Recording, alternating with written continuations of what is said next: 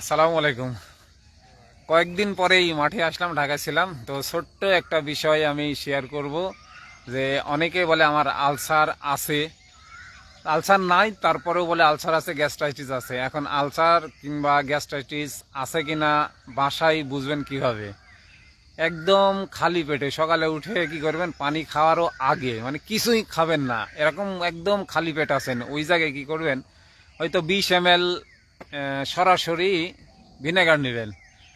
20 ml vinegar নেবেন অথবা লেবুর রস নেবেন, কিংবা দুটাই নিতে পারেন। 15-15-30 ml ভিনেগার এবং লেবুর রস, এর মধ্যে একটুকু পানি দিবেন না, অন্য কিচ্ছু দিবেন না, ডাইরেক্ট খেয়ে ফেলবেন। আমার কথাটা বুঝতে পারছেন? তার মানে আরেকবার বলছি, 20 ml বা 30 ml লেবুর রস এবং ভিনেগার মিলে, অথবা শুধু ভিনেগার অথবা শুধু লেবুর রস, মানে কি এটা অ্যাসিড, বুঝেন? ডাইরেক্ট খাই নেবেন একদম, এর মধ্যে আর কিছু দিবেন না। যদি দেখেন পেটের মধ্যে যে জ্বলা পড়া শুরু হয়ে গেছে, আপনার লাফালাফি শুরু হয়ে গেছে, অস্থিরতা শুরু হয়ে গেছে, তাইলে আপনার আলসার অথবা গ্যাস্ট্রাইটিস আছে। আর যদি কোনো কিছু না হয় তাহলে আপনার আলসারও নাই, গ্যাস্ট্রাইটিসও নাই, অন্য সমস্যা আছে, তখন আপনাকে আস্তে আস্তে রিকভার হতে হবে। আমি নিজে খেয়ে পরীক্ষা করছি, আমি নিজে খেয়ে পরীক্ষা করছি।